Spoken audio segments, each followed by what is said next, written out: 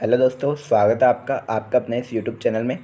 आज अपन सॉल्व करने वाले हैं 50 इम्पोर्टेंट एमसीक्यूज़ को, जो कि हर एक नर्सिंग एग्ज़ाम्स के लिए बहुत ही ज़्यादा ज़रूरी है तथा हर एक एग्ज़ाम्स में रिपीट होते हैं, यानी बार बार पूछे जाते हैं। तो कौन कौन से हैं वो 50 क्वेश्चंस, आज उनकी बात करते हैं। तो वीडियो स्टार्ट करते हैं। सबसे पहला क्वेश्चन आपका ये रहा, द टर्म थ्रोम्बोसाइटोपिनिया मीन्स, यानी थ्रोम्बोसाइटोपिनिया शब्द का अर्थ क्या होता है। तो इसका अर्थ होता है लो प्लेटलेट्स काउंट, यानी प्लेटलेट्स की संख्या क्या हो जाती है, इसमें कम हो जाती है। नेक्स्ट क्वेश्चन है दूसरा, the functions of flame cell is, यानी ज्वाला कोशिका का कार्य है।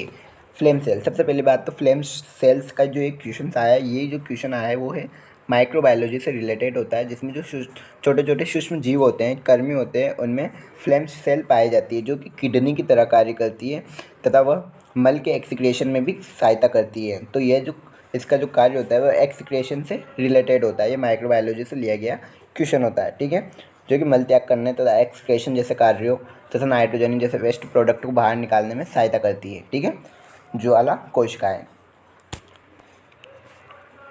नेक्स्ट क्वेश्चन है, विच of the following is a bleeding disorder, या निम्नलिखित में से कौन सा रक्त स्राव विकार यानी ब्लीडिंग डिसऑर्डर है, जिसमें क्या होता है रक्त बहता है नॉन स्टॉप, उसे बोला जाता है हीमोफीलिया, जिसमें क्या होता है ब्लड का क्लॉट नहीं बन पाता है, तो ब्लड लगातार लॉस होता रहता है, तो इसे बोला जाता है अपना हीमोफीलिया, ठीक है। नेक्स्ट क्वेश्चन है, saliva contains us enzymes that act upon which of the following nutrients, यानी saliva कंटेंट में कौन सा एंजाइम्स पाया जाता है, ठीक है, यानी saliva कंटेंट में जो एंजाइम पाया जाता है विच ऑफ द फॉलोइंग न्यूट्रिएंट्स, जो कौन से पोषक तत्व पर कार्य करता है। यानी जो saliva होता है उसमें एंजाइम जो पाए जाते हैं वो कार्बोहाइड्रेट के पाचन में सहायक होते हैं, और यहाँ कार्बोहाइड्रेट को ढूंढना है अपन को, तो यहाँ कार्बोहाइड्रेट नहीं है, तो कार्बोहाइड्रेट का दूसरा नाम होता है स्टार्च, तो वह स्टार्च के पाचन में सहायक होते हैं, तो इसका राइट आंसर है सी, ठीक है। लार में एंजाइम होता है जो निम्नलिखित पोषक तत्वों पर कार्य करता है, तो इसका राइट आंसर आएगा सी, यानी स्टार्च में कार्बोहाइड्रेट रहता है, तो वो आंसर रखता है अपन को, ठीक है। यहाँ पर भी करेक्ट आंसर दिया हुआ है, आपको मिला लेना है। ओके, नेक्स्ट पाँचवा क्वेश्चन आपका, the rate of drug absorption is greatest in the, यानी औषधि अवशोषण की दर सबसे अधिक होती है, यानी सबसे ज़्यादा औषधि का अवशोषण कहाँ होता है। तो अपन को पता है कि भोजन का सर्वाधिक पाचन और अवशोषण जो होता है वो स्मॉल इंटेस्टाइन में होता है, तो ड्रग का भी अवशोषण कहाँ पर होएगा, स्मॉल इंटेस्टाइन में होएगा, ठीक है। अब नेक्स्ट क्वेश्चन की बात करते हैं 6 नंबर का, which of the following bone is called collar bone, यानी कॉलर बोन के नाम से किस बोन को जाना जाता है, तो इसका राइट आंसर है 4, क्लेविकल बोन जो होती है अपनी, शोल्डर बोन जिसे अपन क्लेविकल बोलते हैं, उसे अपन कॉलर बोन के नाम से जानते हैं, ठीक है। Next, which of the following is the master gland of the endocrine system, endocrine system की मास्टर ग्लैंड कौन सी होती है, तो उसे अपन पीयूष ग्रंथि बोलते हैं। पीयूष ग्रंथि को अपन को ऑप्शन में ढूंढना है। अब यहाँ पीयूष ग्रंथि तो ऑप्शन में दिया हुआ नहीं है, तो यहाँ पे आपको एक और नाम होता है पीयूष ग्रंथि का, वो है पिट्यूटरी ग्लैंड। पिट्यूटरी ग्लैंड जो होती है, जो मटर के दाने के समान की आकृति की होती है, उसे अपन बोलते हैं कौन सी ग्लैंड, मास्टर ग्लैंड, ठीक है। नेक्स्ट बात करते हैं अपन, विच ऑफ द फॉलोइंग, 8वां number question, which of the following allows air to pass into the lungs, ऐसी कौन सी स्ट्रक्चर होती है जो लंग्स तक एयर को पास करती है, ठीक है, एयर को लेकर जाती है। तो देखते हैं, ढूंढते हैं यहाँ पर एरोटा, इसोफेगस, हार्ट, ये तीनों तो नहीं होते हैं। आंसर है इसका 4, ट्रेकिया, ठीक है। जो ट्रेकिया होती है उसके माध्यम से ही हवा यानी एयर लंग्स तक जाती है। ओके, नेक्स्ट क्वेश्चन की बात कर लेते हैं, the membrane that separate auditory canal from middle ear is, यानी ये जो क्वेश्चन पूछ रहा है ऐसी कौन सी झिल्ली होती है जो सेपरेट करती है auditory canal for middle ear, यानी एक्सटर्नल ईयर और मिडल ईयर के बीच में कौन सी झिल्ली पाई जाती हैं, तो right answer is tympanic membrane. Tympanic membrane होती है जो कि एक्सटर्नल ईयर और मिडल ईयर के मध्य में पाई जाती है, एक्सटर्नल ईयर और मिडल ईयर के मध्य में पाया जाता है, जिसे अपन टेम्पेनिंग मेम्ब्रेन बोलते हैं, ठीक है। वो अलग करने का कार्य करती है, यानी ऑडिटरी कैनाल को भी 2 भागों में बांटने का कार्य करती है, ठीक है। नेक्स्ट बात करते हैं 10वां नंबर क्वेश्चन की, वो है, in the demographical cycle in high stationary stage in characteristics by, तो जनसांख्यिकी चक्र में उच्च स्थिर अवस्था यानी सबसे ज़्यादा परिवर्तन लाने वाली अवस्था की विशेषता निम्न होती है। तो इसमें सबसे पहले बात करते हैं अपन ऐसी कौन सी अवस्थाएं होती है जो कि डेमोग्राफिकल साइकिल में सर्वाधिक परिवर्तन लाती है, यानी हाई स्टेशनरी लाती है। ठीक है, तो देखते हैं high birth rate and high death rate.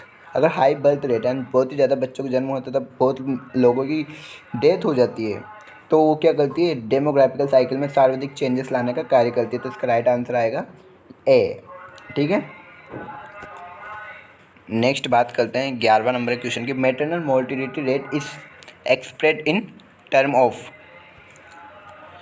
Maternal mortality rate पूछी है इसने, निम्न रूप में व्यक्त किया जाता है। तो एमएमआर कैसे व्यक्त करते हैं, तो एम जो तो यहाँ पे एमएमआर के बारे में पूछा है। तो एमएमआर कैसे करते हैं, मेजर कैसे करते हैं, व्यक्त कैसे किया जाता है एमएमआर को, तो इसका राइट आंसर है तीसरा।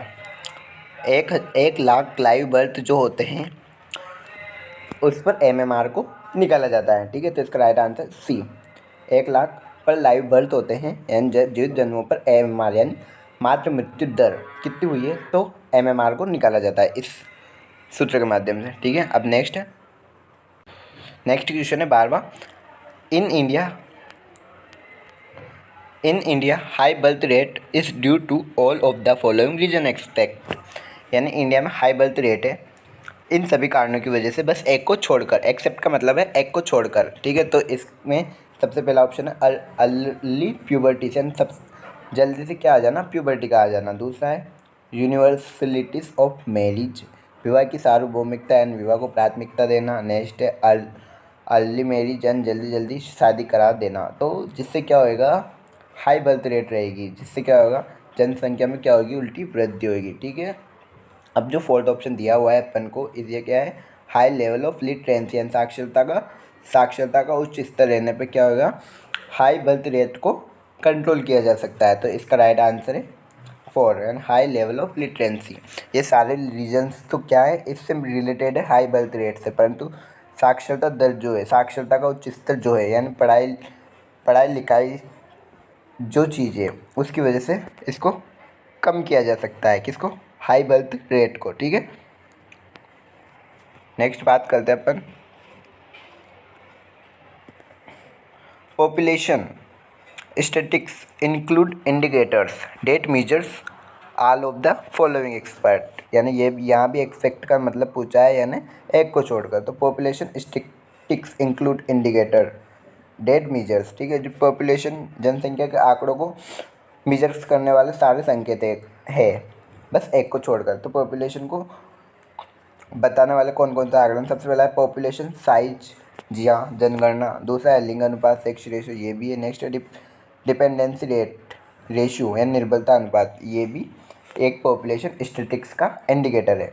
ठीक है, बल्कि जो लास्ट में दिया हुआ है 4th नंबर का, वो है मोर्बिडिटी रेट, तो ये इससे रिलेटेड नहीं है। तो राइट आंसर जाएगा आपका 4। ओके, नेक्स्ट क्वेश्चन की बात करते हैं।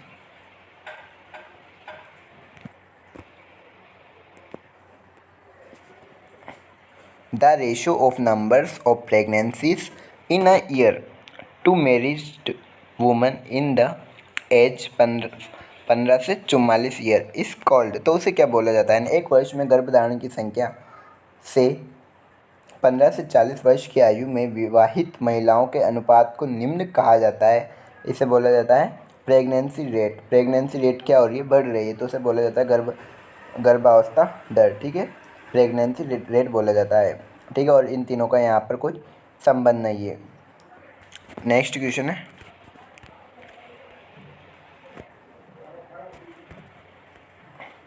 The consistent presence of a disease और an infection agent within a given geographic area is called. ये क्वेश्चन ध्यान से पढ़ना है। ये न्यू पूछ रहा है the consistent presence of a disease यानी कोई डिजीज और एन इन्फेक्शन या कोई infection agent within a given geographical area, यानी गिवन जियोग्राफिकल एरिया दिया हुआ है, कोई जियोग्राफिकल एरिया है तो उसके अंदर यानी भीतर कोई डिजीज का पाया जाना क्या कहलाता है। यहाँ पर आपको हिंदी में दिखा रहा होगा के भीतर। तो इसका राइट आंसर है एंडेमिक डिजीज़। तो वो डिजीज़ जो होती है वो एंडेमिक डिजीज़ कहलाती है, यानी एंडलेस होती है, यानी किसी जियोग्राफिकल एरिया के अंदर उपस्थित डिजीज को क्या बोला जाता है? एंडेमिक डिजीज बोला जाता है। ये यहाँ पे इसका गलत आंसर हुआ है, ठीक है। तो इसका आंसर जाएगा एंडेमिक डिजीज। एपिडेमिक होती है तो जियोग्राफिक एरिया से ज़्यादा की जनसंख्या को कवर करती, ठीक है। पेंडेमिक एक देश से दूसरे देश में जाती है, ठीक है। तो इस प्रकार 15वें क्वेश्चन का आंसर आपका सी है, ठीक है। Next, the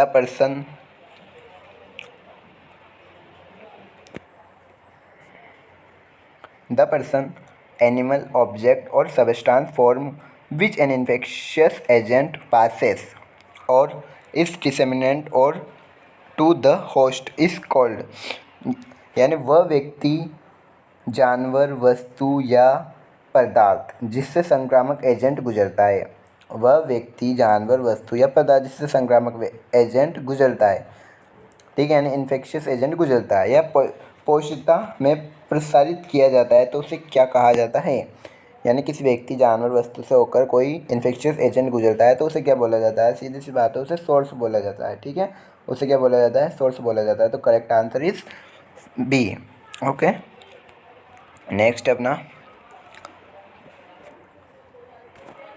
when 2 live vaccines are required it should be given, यानी 2 लाइव वैक्सीन को देना है एक साथ में तो अपन को कैसे दी जाती है वो वैक्सीन, उसके बारे में बताना है।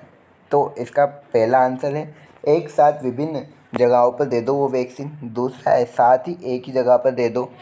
नेक्स्ट है आईवी के रूप में दोनों एक साथ दे दो। और फोर्थ नंबर का दे रखा है ये सभी। तो इसका राइट आंसर रहेगा एक साथ विभिन्न जगहों पर दे दो, यानी एक साथ अलग अलग जगहों पर वो वैक्सीन का उपयोग कर लो, ठीक है।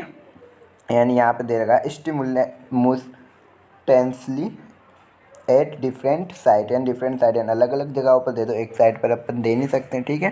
तो लाइव वैक्सीन को अलग अलग साइट पर दे दो एक साथ में। ओके, नेक्स्ट 18वां है,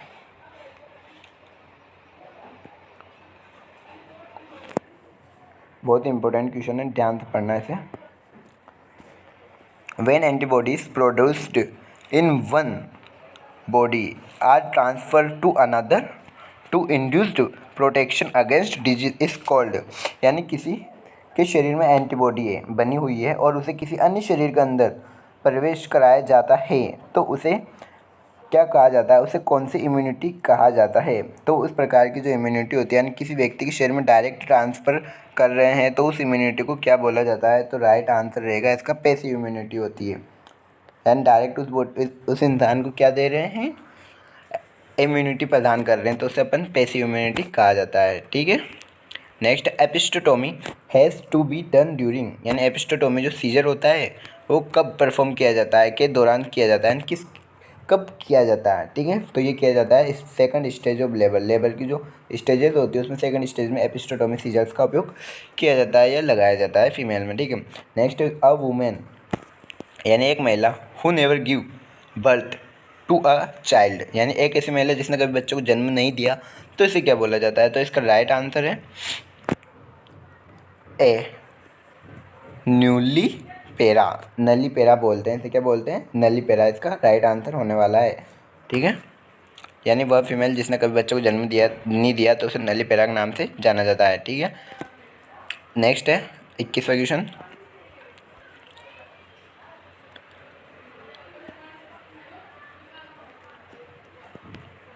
a peptide hormone produced almost exclusively by the corpus luteum of pregnancy is, यानी गर्भावस्था के कार्पस ल्यूटियम द्वारा लगभग विशेष रूप से निर्मित एक पेप्टाइड हार्मोन है।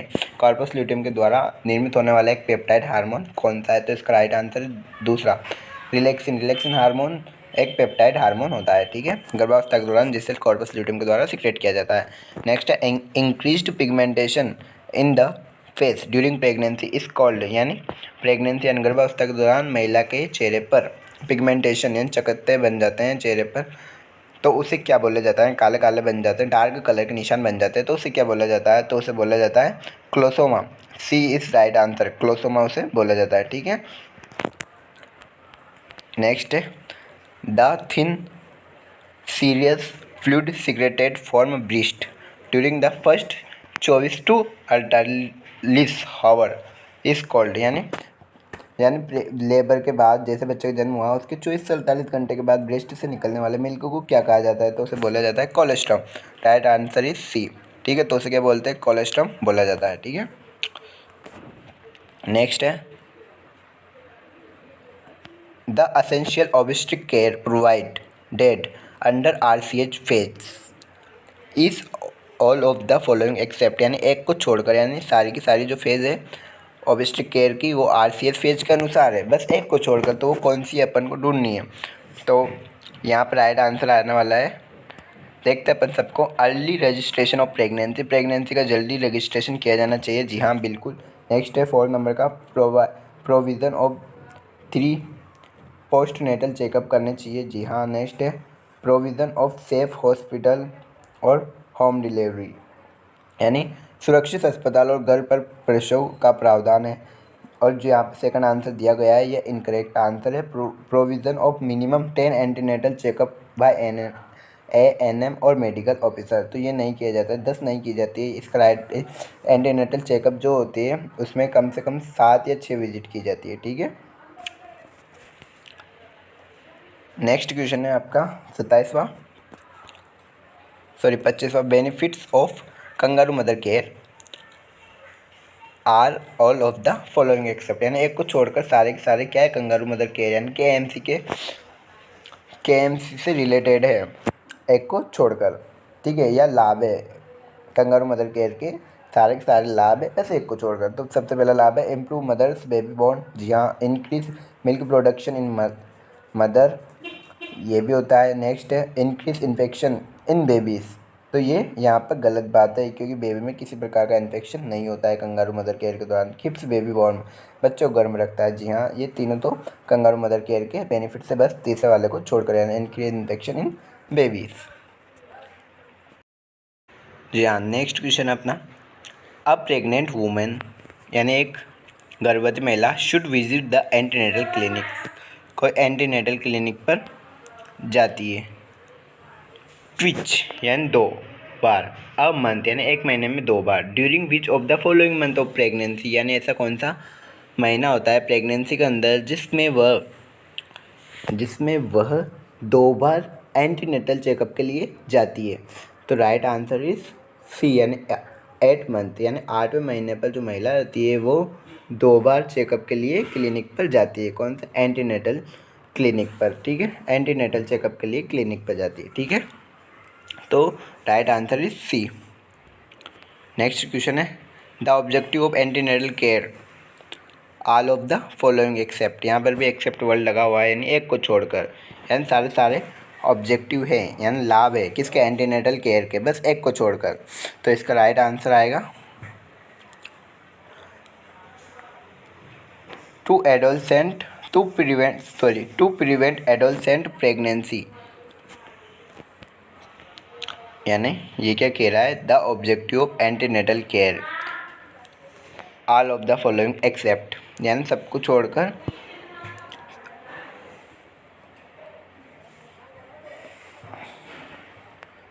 तो इसका राइट आंसर आएगा to prevent adolescent pregnancy. Adolescent pregnancy जो है वो इससे रिलेटेड नहीं होता है, बाकी जो सारे होते हैं वो एंटीनेटल केयर से रिलेटेड होते हैं। टू, जैसे कि to promote and protect and health of the mother, यानी मदर के स्वास्थ्य को बढ़ावा देते हैं, तो उसकी रक्षा करते हैं। नेक्स्ट है to reduce infant and maternity rate को कम करते हैं। ठीक है, टू अटेंड अंडर 5 एक कंपेनिंग द मदर में होने वाले किसी प्रकार के परिवर्तन की देखभाल करते हैं। ठीक है, एंटीनेटल केयर को। परंतु जो यहाँ पे दिया हुआ है टू प्रिवेंट एडोलसेंट प्रेगनेंसी, तो इससे कोई लेना देना नहीं है इसका।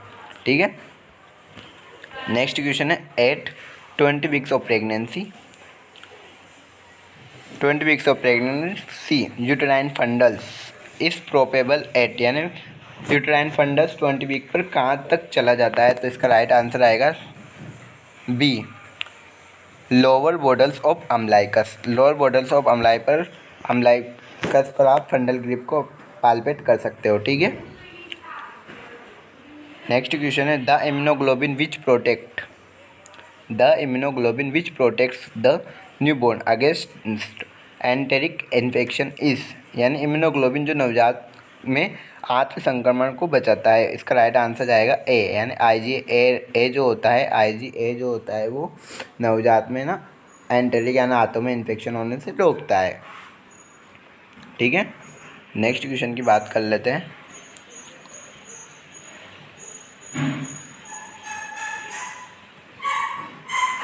The recommended dose of vitamin A supplement to be administered orally once in every 6 months of 3-year-old child is, यानी 3 वर्ष के बच्चे के लिए हर 6 महीने में एक बार मौखिक रूप से दिए जाने वाले विटामिन ए की खुराक कितनी होती है। तो इसने विटामिन ए की खुराक पूछी है, तो अगर ये 9th मंथ पर पूछता तो 1 लाख इंटरनेशनल यूनिट जाती, परंतु इसने 3 साल तक पूछी है, तो इसका राइट 6 महीने में देनी है, तो इसका राइट आंसर जाएगा 2 लाख इंटरनेशनल यूनिट। अब 2 लाख इंटरनेशनल यूनिट यहाँ पर 4th नंबर की क्वेश्चन में 4th नंबर आंसर दिया हुआ है। ठीक है, नेक्स्ट बात कर लेते हैं।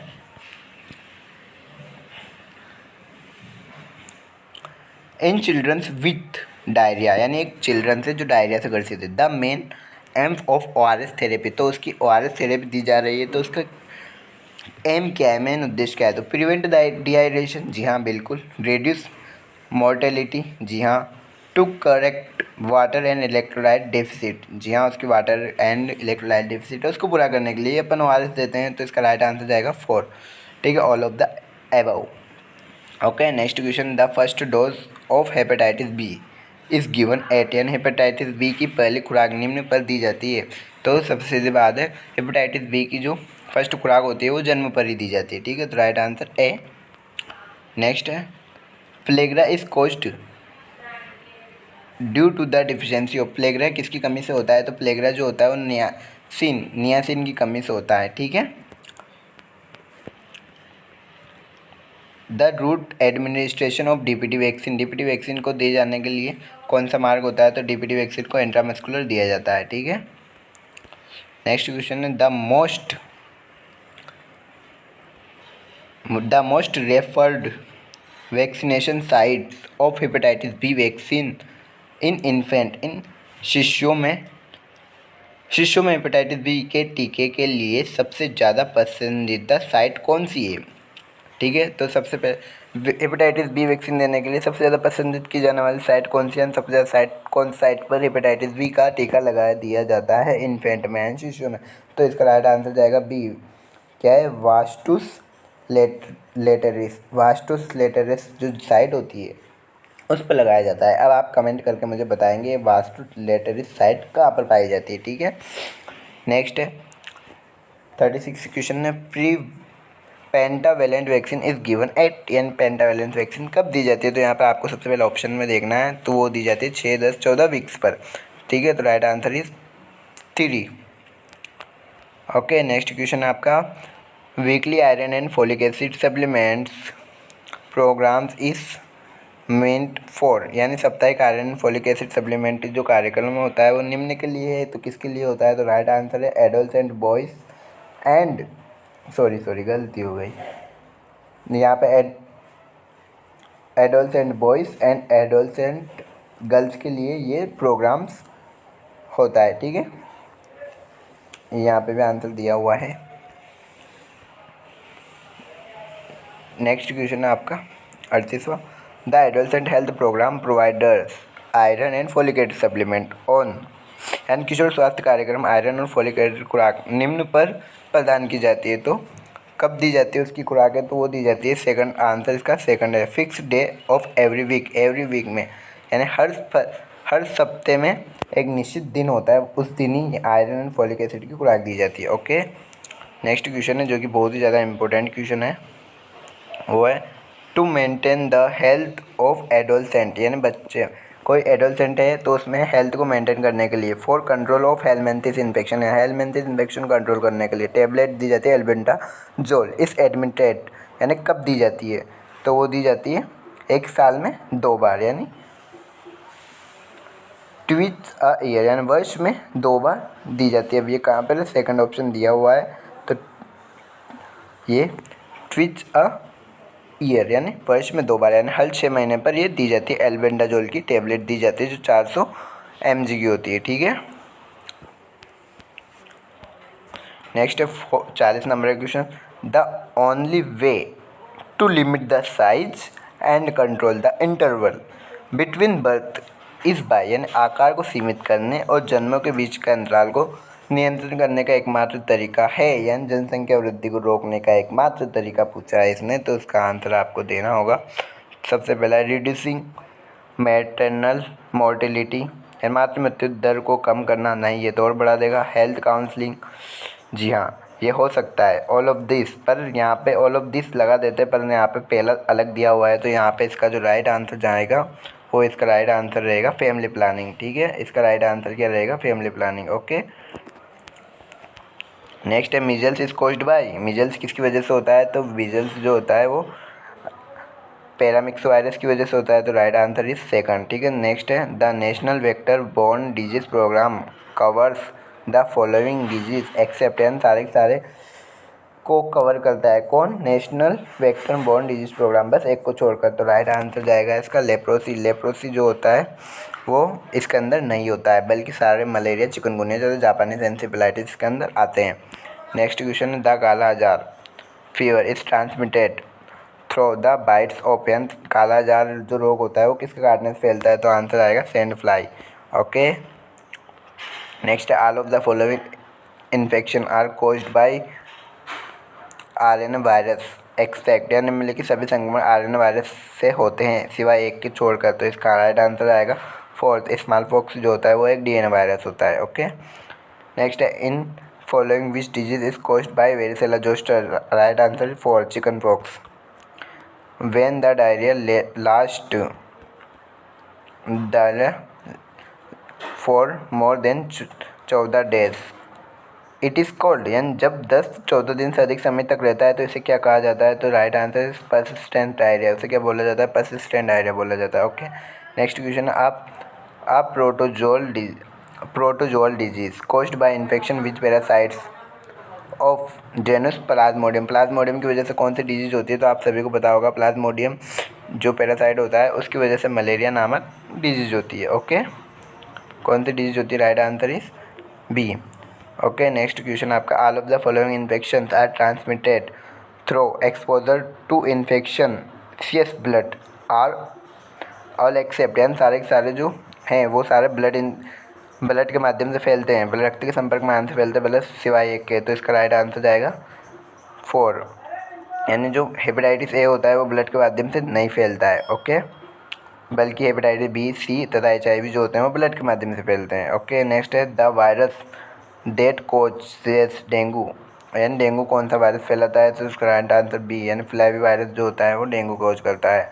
नेक्स्ट है the modifiable risk factors of hypertension are of the following except, यानी एक को छोड़कर सारे के सारे क्या है? हाइपरटेंशन के रिस्क होते हैं, तो इसका राइट आंसर जाएगा फॉर जेनेटिक फैक्टर्स। ठीक है, जेनेटिक फैक्टर्स को छोड़कर हाइपरटेंशन के सारे होते हैं, क्योंकि ज़्यादा नमक खाने से भी हाइपरटेंशन कोज होता है। उसके बाद ओबेसिटी और अल्कोहल वाले व्यक्ति में देखा जाता है। तो ये रहे अपने सारे MCQs। आशा करता हूँ कि आप सभी को अच्छे लगे होंगे। Thank you so much.